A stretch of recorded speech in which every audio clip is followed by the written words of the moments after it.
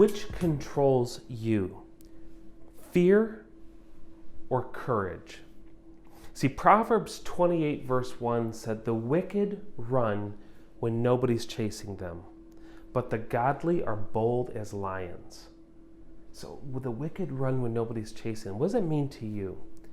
Well, I think it's like this fictitious fear, false evidence appearing real. It's this idea in our mind that gets us scared in some way, and we're resistant to make a decision controlled by fear.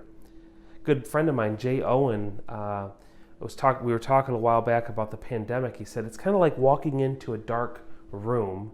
People aren't necessarily afraid of the dark. They're afraid of what might happen that they can't see in a dark room, the potential of things that could happen. So I think fear is really that.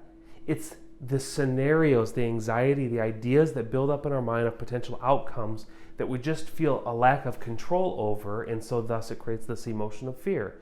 And it can be debilitating in leadership. But on the other side of the spectrum is courage. Courage is far different than fear. It's not necessarily the absence of fear, but it's the willingness to press through and to make the key decisions that your business requires you to make to lead forward. So in courage, you still are looking at the fear and acknowledging it, but you might rationalize and talk yourself through it. You might remind yourself of the ways that the Lord has shown up in the past as you've worked through those fears. See, courage is the attribute that you must build as a leader if you're going to make wise and informed choices and decisions to grow your organization. Think about it.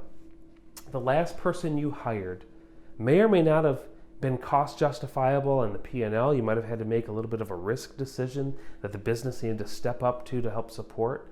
So in hiring a person, courage is required. Taking on a new client engagement, if the client is a little bit unique business that you've not really served before directly, it takes courage to step up to the plate and be willing to learn new things.